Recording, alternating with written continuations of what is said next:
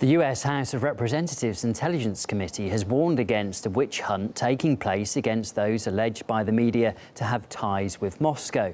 That statement came as the committee's chairman announced there is currently no evidence linking the Trump campaign to Russia. We can't have McCarthyism back in this place. And that's what I'm concerned about here, that we don't go on some witch hunt against American citizens just because they appear in a press story somewhere. Devon Nunes there responding to critics who've been demanding answers about any link to Russia. 3 former advisers to Trump were named initially in the New York Times over alleged repeated contact with senior Russian officials a year before the election.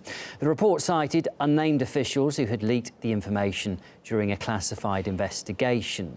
However, the committee's deputy, Democrat Adam Schiff, contradicted the earlier statement, saying it's too soon to draw any conclusions from the evidence. RT's Caleb Moppin looks at the various narratives behind this story. The halls of power in Washington, D.C. are gripped by a scandal. Everyone is at each other's throats. The Democrats, the Republicans, the White House, the intelligence community, the media. This has been brought once again into the spotlight over allegations about one of Trump's aides and his alleged contact with Russia during the elections. Somebody is leading the Americans on here. Washington is still learning more about the bombshell intelligence community report presented to President-elect Trump on Friday about Russia interfering in the U.S. election to hurt his rival, Hillary Clinton. Russia undermined Hillary Clinton to help Donald Trump win. This is what Lenin used to call a useful idiot. And that's what Donald Trump is to the Russians, a useful idiot.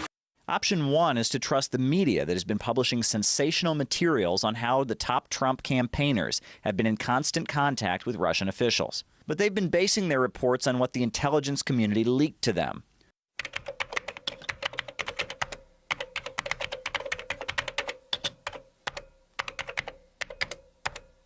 So, to option 2.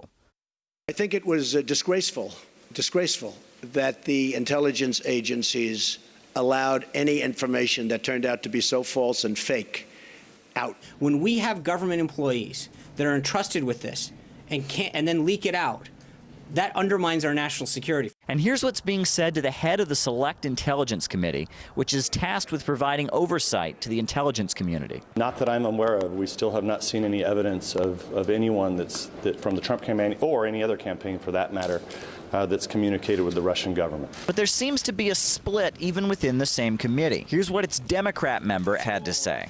The committee has reached no conclusion on whether the Trump campaign colluded with Russia, Russian officials, or any Russian contacts. We have yet to receive any testimony from the FBI on the investigation of potential links between the Trump campaign and Russia. When you begin an investigation, you don't begin by stating what you believe to be the conclusion. The media and the intelligence leaks suggest that there's something to this alleged connection between Trump and Russia. But the White House and the Republican Congress tell a very different story. With so many competing narratives, it's pretty clear that somebody is lying. But right now, the American people and the people of the world are left just shaking their heads. Caleb Moppin, RT, New York.